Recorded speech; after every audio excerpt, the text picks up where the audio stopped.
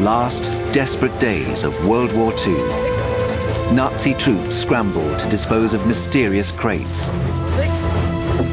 on a dark, remote Austrian lake. What did they hold? Records of the regime's most horrible acts?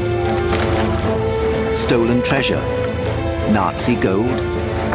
These secrets would remain hidden for decades, until explorers began to probe the depths.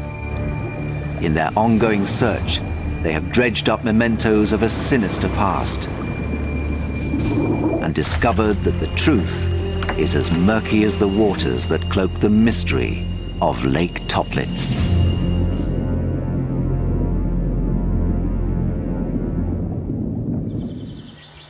On the surface, Austria's Lake Toplitz seems peaceful and pristine. But during the Second World War, it became known as the Devil's Dumping Ground. Today, the mysteries that have shrouded the lake are coming to light. For more than 20 years, German biologist and documentary filmmaker Hans Fricke has been exploring the Alpine lakes. His original focus was to study the ecology of these deep bodies of water. Fricke and his submarine pilot Jürgen Schauer have conducted underwater research all around the globe on behalf of the Max Planck Institute. Their research has been successful, making headlines with numerous discoveries. But of all their search sites, they are continually drawn to Lake Toplitz. Just 3 hours by car from Munich, it's one of the more isolated lakes in Austria. Operating a submersible in Lake Toplitz poses numerous challenges for Fricke and Schauer. After only a few meters, the water grows completely dark. They have to remain on constant watch for sunken logs and hidden boulders that can snag or puncture the sub. Beyond a depth of 16 meters, the oxygen disappears and life fades.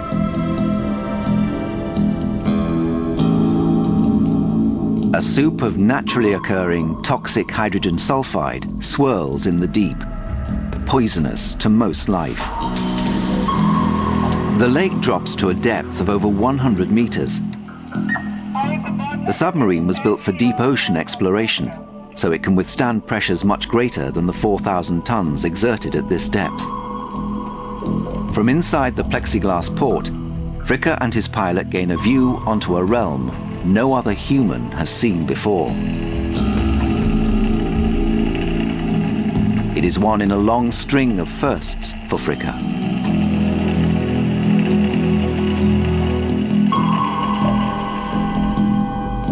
Down here, microorganisms build fantastic structures. But as he stirs up the sediment on the bottom, Fricke unleashes a firestorm on land. To his amazement, Fricke discovers that his research threatens powerful people who want to keep the secrets of Lake Toplitz hidden. When we first explored the lake in 1983, we weren't too interested in its Nazi past.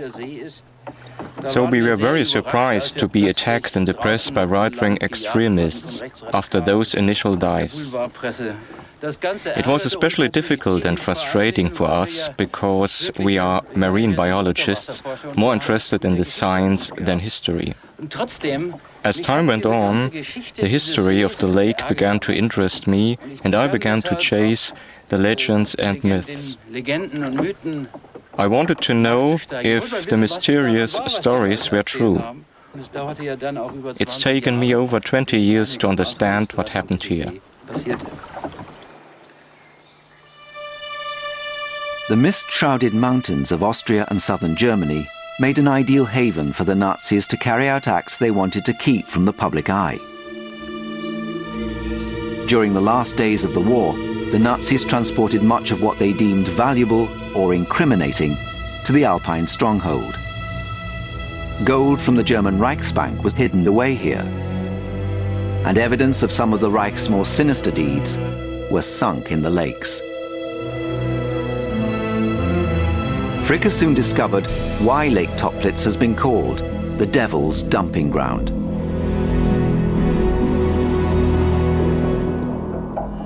Littered along the bottom lie cases of military supplies, rockets, mines and explosives.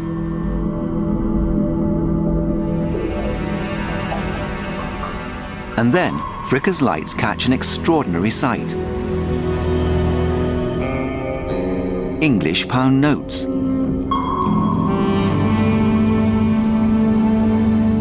Cases of banknotes.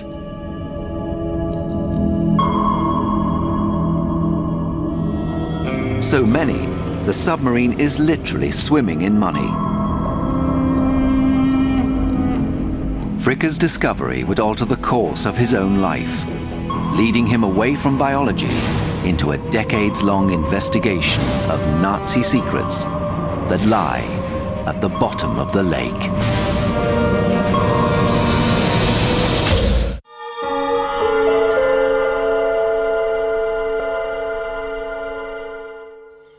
In the mountains of Austria, a large lake known as the Devil's Dumping Ground is believed to contain clues to the final days of the Nazi Reich. While exploring the lake, German biologist Hans Fricke stumbled upon thousands of British pounds.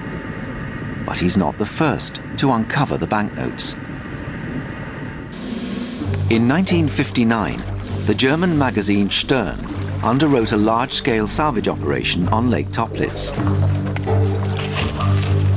A reporter was investigating stories from a book written by Dr. Wilhelm Höttl, a high-ranking SS officer. The operation dredged up some pound notes from the lake bottom. It created a sensation and further exploration. It became clear that rumors of a Nazi program, codenamed Operation Bernhard, were true. It was the biggest case of counterfeiting in history. The Germans printed 130 million English pounds, at the time roughly 1/3 of the entire British money supply. The counterfeit notes caught the British by surprise, according to John Keyworth of the Bank of England. It wasn't until 1942 that Operation Bernhard notes first appeared here. They were very good, and they passed the first check in the bank. They came through, they were passed as genuine, and at that time what happened with banknotes was that they were marked off in a ledger, in other words, crossed off. And the key to that was the number. So when a £5 note came in, the £5 note ledger was taken out, the number was looked up. If it was there and unmarked, it was crossed off. It turned out that of these 8 notes, all of them had already been crossed off in the ledger. So, of course, alarm bells started to ring, and of course, on closer examination, it was realized that they were forgeries. For 15 days that summer, the salvage team pulled thousands of forged pound notes out of the lake. More than 20 years later, it was clear to Hans Fricke that much had been left on the bottom. As a documentary filmmaker, he recorded everything.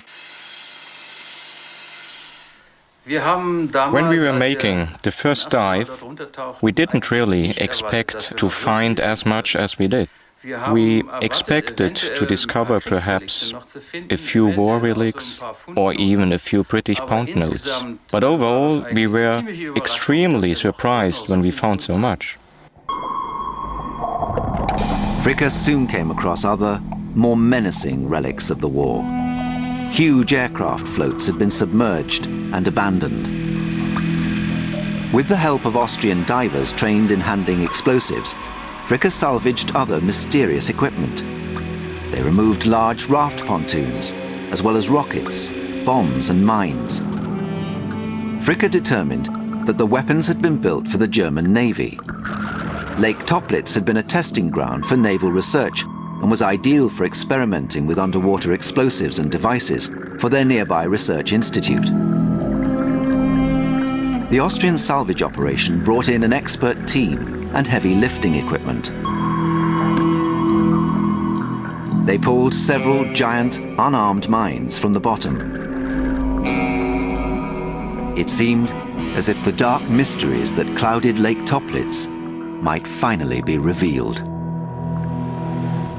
Forged British banknotes rose to the surface, snowy white, preserved in the oxygen-free environment of the lake bottom.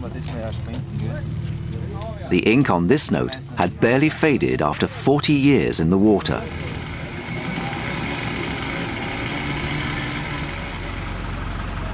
Millions of pounds worth of counterfeit money was taken away for safekeeping.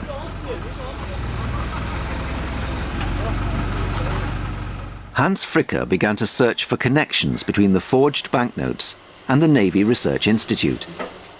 It seems the counterfeit banknotes and research institute have nothing in common. However, both functioned as weapons during the war.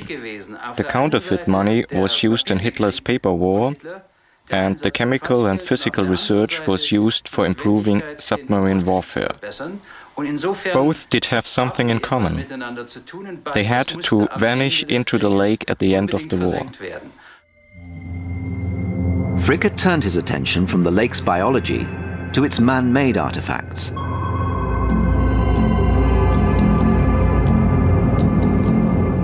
Searching for clues in the heavy sediment was a challenge. But he discovered that the German Navy had been developing new weapons.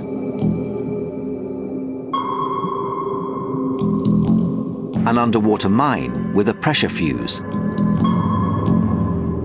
and a rocket that could be fired underwater to hit targets on the surface. The Navy weapons program consumed vast amounts of equipment and explosives. Wartime labor was often supplied by workers in concentration camps, such as at Sachsenhausen near Berlin. It was here that the counterfeit money was printed. In blocks 18 and 19, prisoners, mostly Jews, were forced to work on the biggest counterfeiting operation in history. Sachsenhausen was primarily an extermination camp. By the time of its liberation, as many as 100,000 people died here. The print shop was isolated from the rest of the camp, and inmates here were treated slightly better. Nevertheless, they knew they shared a common fate with the other prisoners. One of the inmates was Jack Plappler. He was brought to the camp at the age of 18, simply because he was a Jew. Plappler was the youngest in the counterfeiting block, a house painter by trade. Others had more expertise: printers, graphic designers, typographers. At the beginning, in 1942, there were 26 workers in the barracks. 2 years later, 140 men were working on the printing presses. Their task? To produce flawless 5, 10, 20 and 50-pound notes. The Nazis' Foreign Intelligence Service was in desperate need of foreign currency, and the banknotes had to be flawless forgeries, as Jack Plappler remembers. In each block there were 2 halls. The printing shop was situated in the front hall. In the second hall, most of the inmates sat at a long table and had the task of somehow making the newly printed banknotes and paper look old and grubby. They tried to make the banknotes look old by using dust or dirt. The banknotes were not cut with scissors, but torn along the edge of a ruler. My particular task was on the printing machine, known as the saucepan. I had to see to it that the numbers here on these banknotes were always printed in sequence and with consecutive numbers. Wir hatten natürlich immer die Hoffnung, und wir waren ja sogenannte alte Lagerhasen. We were so-called old hands in the camp, and were clever enough to realize that if this went on for a long time, we were no longer needed. We would, of course, be killed immediately, based on what we knew. Our only hope was that the war would end overnight and that we would or could then be saved. At Sachsenhausen, the SS carried out summary executions as part of their cruel daily routine. Who were these men who held Jack Plappler's and the other inmates' lives in their hands? Hans Fricker spent years tracking them down and convinced a key figure to be interviewed.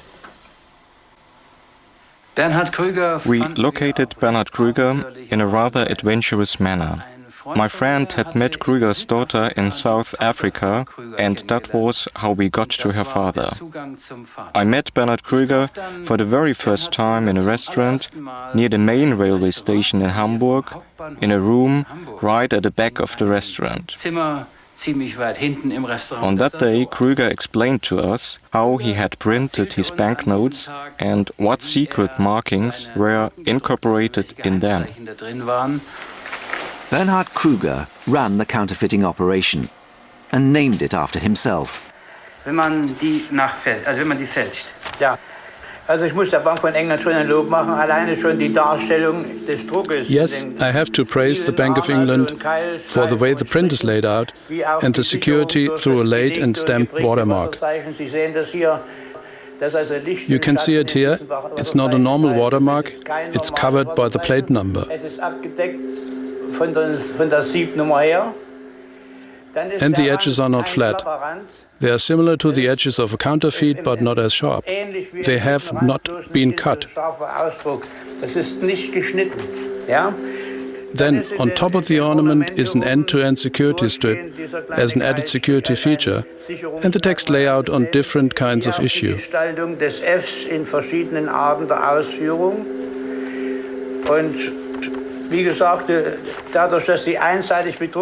Because the note is only printed on one side, this main security feature is the watermark. To forge that, you need professionals, people who know the business.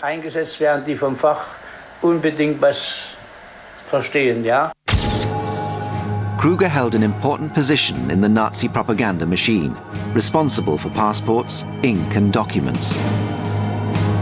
His commanding officer was Heinrich Himmler, the propaganda minister. They answered to just one man, Adolf Hitler. The counterfeit money scheme was one weapon the Nazis hoped would bring Great Britain to its knees. Another was the German U-boat. Early in the war, U-boats stalked the Atlantic, threatening to starve Britain. But the Allies countered with armed convoys, aerial patrols and sonar. Contrary to German propaganda films, Allied efforts decimated the U-boat fleet. Admiral Dönitz, commander of the German Navy, knew the battle was lost unless the experts at Lake Toplitz could develop new, more deadly weapons. Chemists and physicists worked around the clock to build an underwater rocket. 50 years later, Hans Fricker found their plans in the archives of the Royal Navy in London. They revealed that the researchers were trying to develop highly accurate launching rigs and studied the physics of underwater rocket propulsion.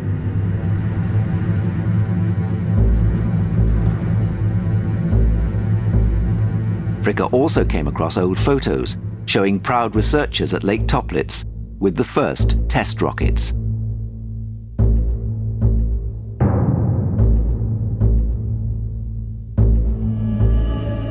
At the bottom of the lake, Fricker uncovered spent rockets. And he discovered one of the launch rigs that the Germans planned to load onto their U-boats.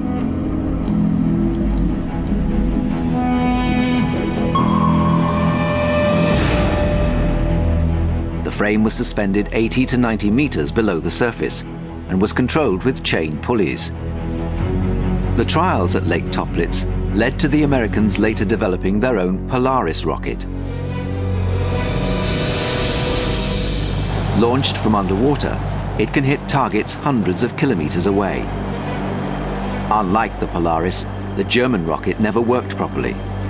The only field test took place in the Baltic Sea and ended in an explosion that almost sank the submarine. The pressure grew on the counterfeiting operation to speed up production.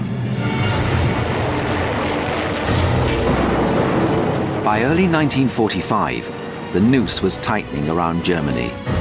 The Soviets crossed the Oder River on the Polish-German border and marched into the German homeland.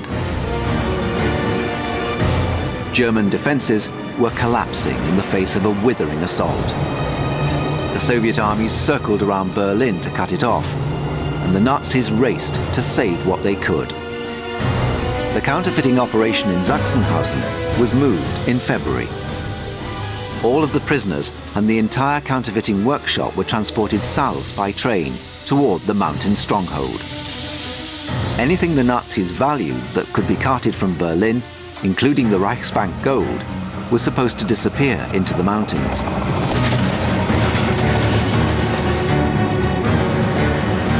The counterfeit operation set off for Dresden, then via Prague to Mauthausen. But nowhere was safe with Allied planes controlling the skies. They attacked the convoys traveling south, including the prisoners from Sachsenhausen. On a country road, American planes flew over and suddenly began to fire on us.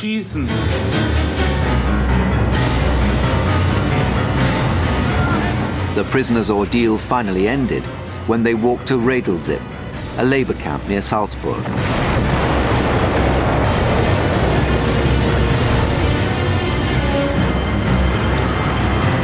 SS troops continued on with the counterfeit banknotes.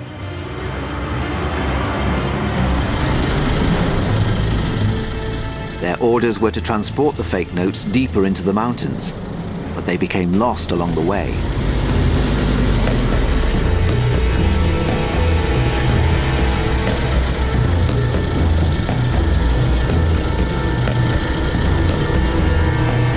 They stumbled upon the Navy Research Institute, just a few kilometers from Lake Toplitz, and found it nearly abandoned.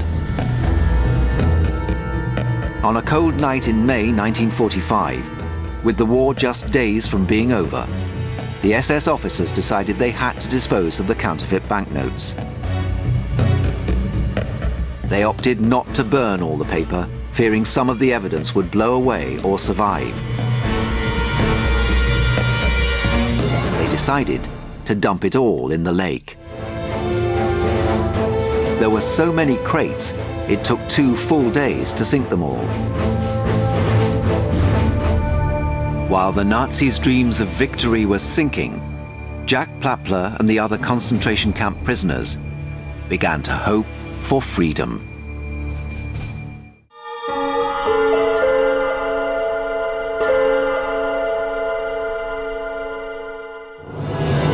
As the Soviets and Allies closed in on the remnants of Nazi forces, SS troops dumped millions of pounds of forged British banknotes into Lake Toplitz. Only kilometers away, concentration camp prisoners who had been forced to produce the notes were about to be freed. I remember it was around midday when we heard the American tanks rolling in. It's hard to imagine the state in which they found us. The roads in the camp were scattered with dead and exhausted inmates. The Americans came in and liberated us. All the prisoners who had been forced to work on Operation Bernhard escaped alive. Allied fears of a Nazi last stand in the mountains never materialized. The Americans met very little resistance. Almost all of the Germans quickly surrendered. The war in Europe was finally over.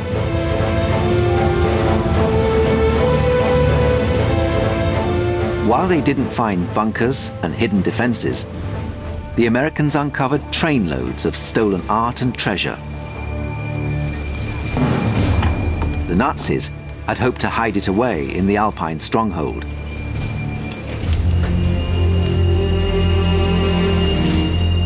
Years later, in 1987, Hans Fricke agreed to a strange reunion at Lake Toplitz. Nazi master forger Bernhard Kruger wanted to take a final look at his work. And Fricke wanted to make another dive in search of more clues about Lake Toplitz's history. This was the first time Bernhard Kruger came to Lake Toplitz. But 83 years old, and nearing the end of his life, he felt drawn to the site.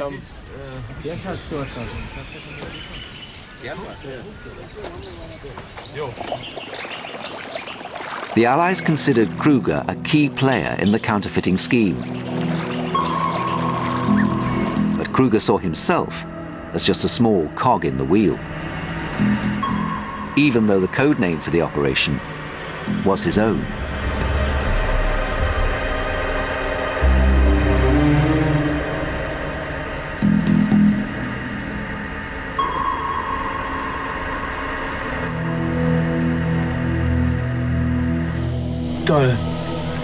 Excellent. Quite excellent. It hasn't rotted, it's only dirty. You could use it immediately. Kruger worked closely with the head of Nazi foreign intelligence, but only rarely did he find out how some of the forged money was used. Once in Pergauer Straße, I was shown a chest full of coins. Coins in different currencies. Commemorative coins and everything. I also saw other valuables such as necklaces and bracelets, which I suppose can be regarded as proceeds from the counterfeit money. But the banknotes were mainly used for intelligent purposes to finance agents and pay bribes, including a valet of the British ambassador in Ankara, who became well known in a book after the war.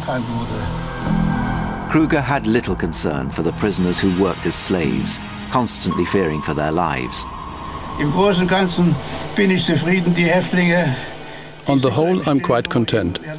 The inmates, who were secretly concerned for their lives, achieved their freedom through Operation Bernhard. When I sit here today in front of these chests on the bottom of Lake Toplitz, I feel very moved again, and I can't help but remember the operation.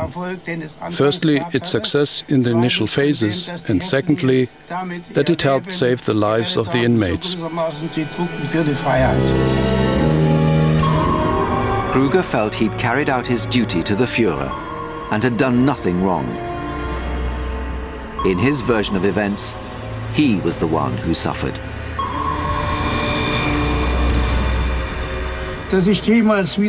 Never in my life did I expect to have an opportunity to see these banknotes again.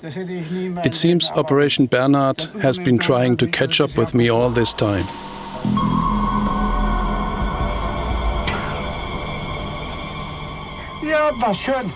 I'm pleased it turned out that way. But what did I do? After the war, they treated me like dirt. Bernhard Kruger died in 1989. He never expressed regret and pitied himself more than the concentration camp inmates. He went to his grave, proud of his work. Not all of Kruger's counterfeit money ended up at the bottom of the lake.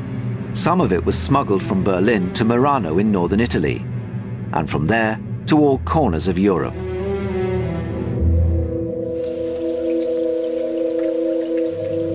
After the war, Nazi criminals used forged pound notes to finance their escapes. Friedrich Schwendt, the man responsible for distributing the money, fled to South America. In 1959, a Stern magazine reporter found him in Peru, where the German embassy had issued him a passport in the name of Federico Schwendt.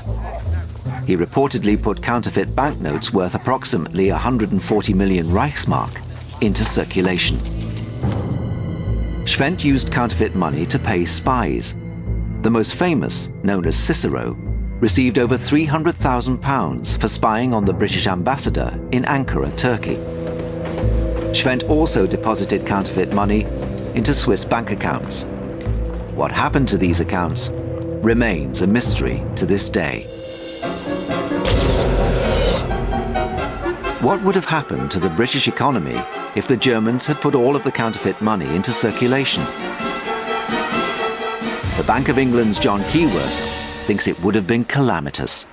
The effect could have been quite disastrous, because what it would have meant would be that people would have lost confidence in the pound sterling, and it would have, the sort of cash economy, which was a very large part of the economy at the time, fewer people then had bank accounts, had checks and so on, and most people operated with cash. A lot of people were paid in cash, weekly or monthly even. And what it would have meant was that the cash economy would have ground to a halt for a while until the forged notes were disentangled from the system. An economic catastrophe was averted. But even now, the Bank of England refuses to release figures on how much counterfeit money found its way into the system. The veil of mystery at Lake Toplitz lifts slowly. For a long time after the war, rumors, lies, and legends seem to swirl around the lake. One recurring story told of how the Nazis sank gold beneath its waters. There are frequent reports of divers slipping into the lake under the cover of night. But the lake is a dangerous place for treasure seekers.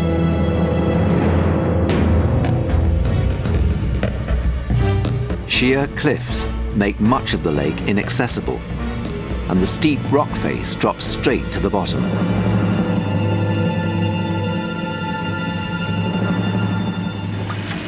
Fallen trees form a dangerous, tangled maze. At the foot of the wall, large rocks lie strewn on the bottom.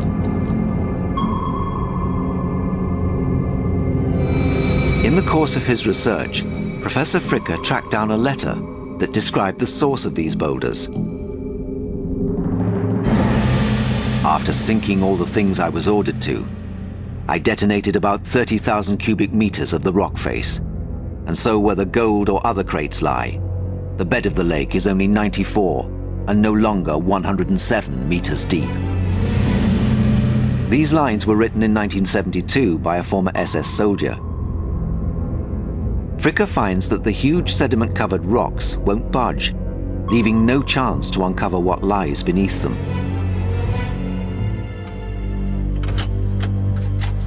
But then Fricke makes another intriguing discovery. It's a small metal crate with mountings, different from others he's found on the bottom. On an earlier dive, Fricke came upon this larger container at the same site.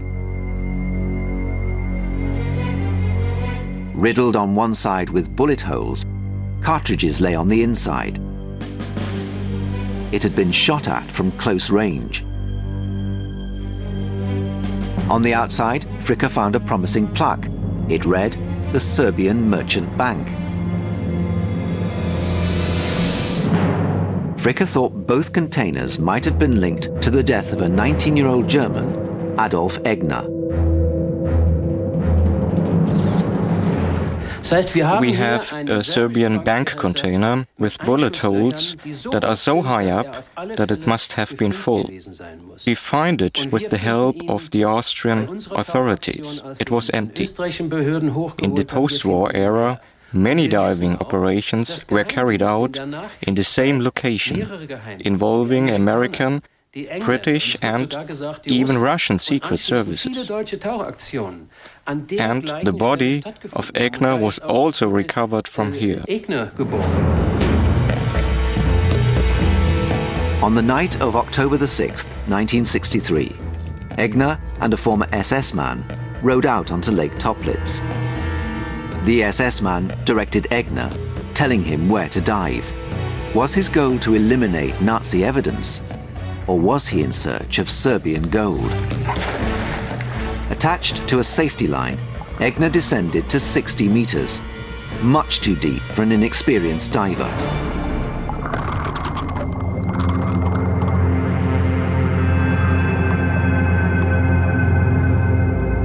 At some point, he grew disoriented or ran out of air.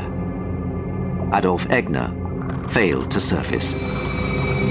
Egner's companions, SS men from the Nazi intelligence service, reported the accident 20 hours later, but only after they'd returned to Munich. Georg Freiberger, Dr. Karl-Heinz Schmidt, and Gottfried Oswald were sentenced to 5 months parole for involuntary manslaughter. They never revealed what they hoped to find when they sent Egner down into the lake. Hans Fricke hopes to find what Egner was looking for. He's the first person granted permission to dive at this spot since the tragedy in 1963. The container lies more than 80 meters below the surface.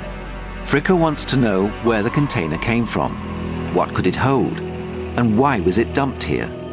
The container could have come from one of the many convoys that passed nearby.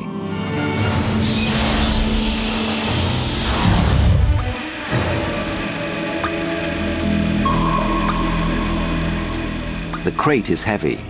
The submarine strains to lift it from the mud. Then it becomes snagged on a tree limb. They maneuver the sub, but it feels almost as if the crate is held back by something dark and sinister from the past.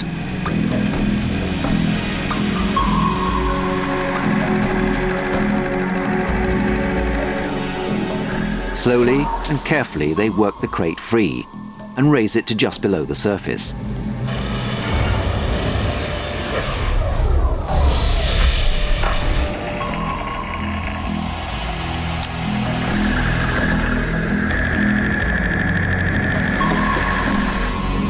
Fricke hopes that the most important find at Lake Toplitz lies within his grasp. He believes it might be connected with the Serbian bank.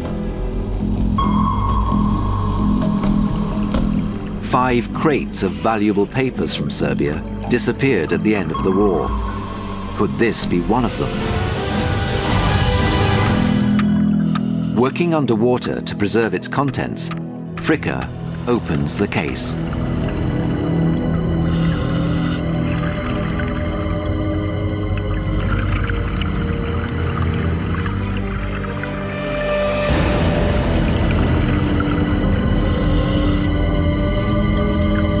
What he finds is baffling. A stone, probably used as ballast to sink the crate.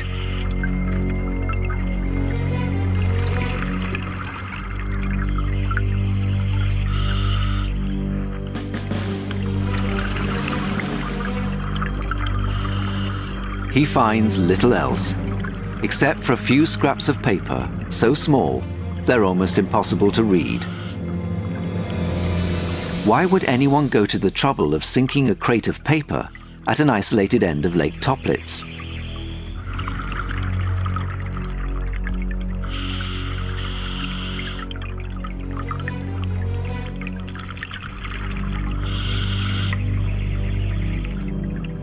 Fricke searches for clues about its origins. He finds the year 1942 printed on one paper.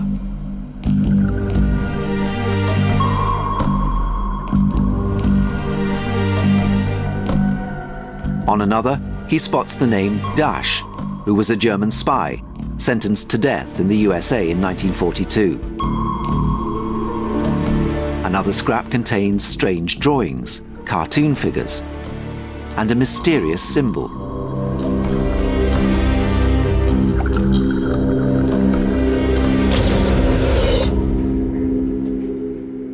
Disappointed at first, Fricke focuses his energy on a new investigation. He takes up a paper chase, meticulously scanning every scrap into his computer and searching for matches.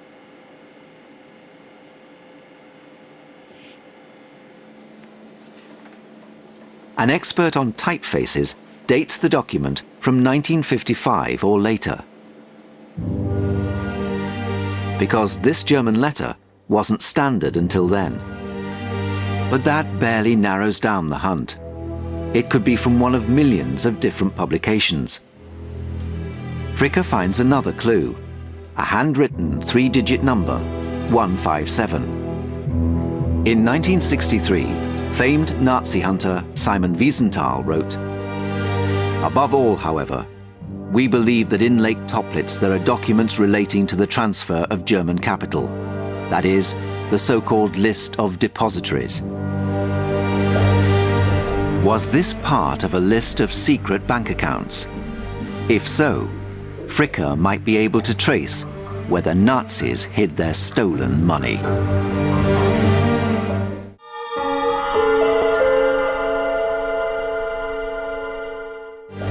In his hunt for clues about what the Nazis dumped at the bottom of Lake Toplitz, Hans Fricker turns to the Vienna National Library.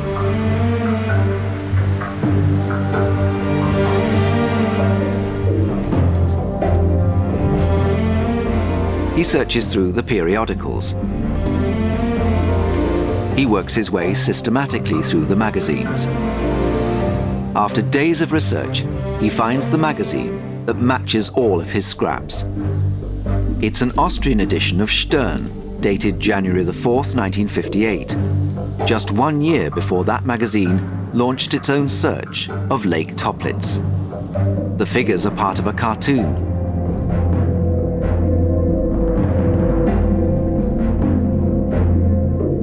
And the mysterious symbol that Fricker mistook for a code turns out to be part of a line drawing. The handwritten, faded number remains a mystery. Any remaining clues may still hide beneath the waters of Lake Toplitz. We have asked the intelligence specialists in Germany and Austria what the Stern magazine discovery might signify. No one had a plausible answer. It even crossed our minds that it might be a joke, but who would transport a heavy container to the remote end of a lake in order to sink a case containing nothing but a Stern magazine? It just doesn't make sense. One of the shady SS men who took part in the illegal diving operation in 1963 still lives in Bonn today. 40 years on, we asked him about the affair, but his lips were sealed. It's as if there is a curse hanging over Lake Toplitz that causes such dark and mysterious tales to repeatedly ruin the reputation of this mountain lake. And of course, it lures those interested in such intrigues. The underwater exploration company Oceaneering spent 6 weeks in the summer of 2000 combing every cubic meter of the lake bottom. Oceaneering successfully explored the Titanic, as well as other famous sites. But the submerged trees and other hazards of Lake Toplitz made for a difficult survey. The expedition cost millions of dollars, but came up empty-handed.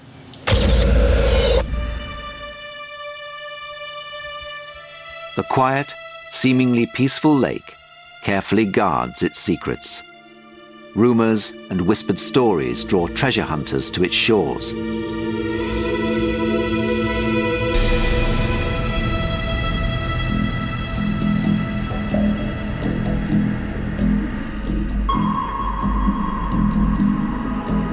Hans Fricker has explored and catalogued the entire body of the lake, yet he can't put the myths and legends to rest.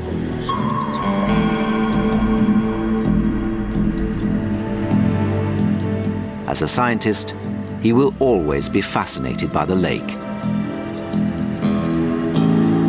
Originally, he came to Lake Toplitz as a biologist to plumb the depths of these waters, to explore unknown regions of the deep alpine lakes. It never occurred to him that he would become so involved in researching the weaponry and experiments of the German war machine, or that he would be drawn so far into the mysteries of Operation Bernhard. The lake's secrets may never materialize from the toxic soup that clouds the bottom.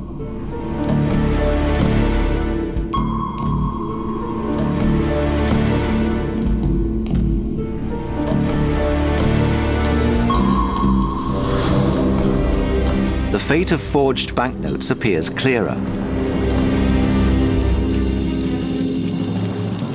At the insistence of the Bank of England, the counterfeit bills were burned. But like so much else about Lake Toplitz, nothing ever seems to come to a peaceful end. A few of the forged pound notes escaped destruction. Today, they're highly sought after by collectors.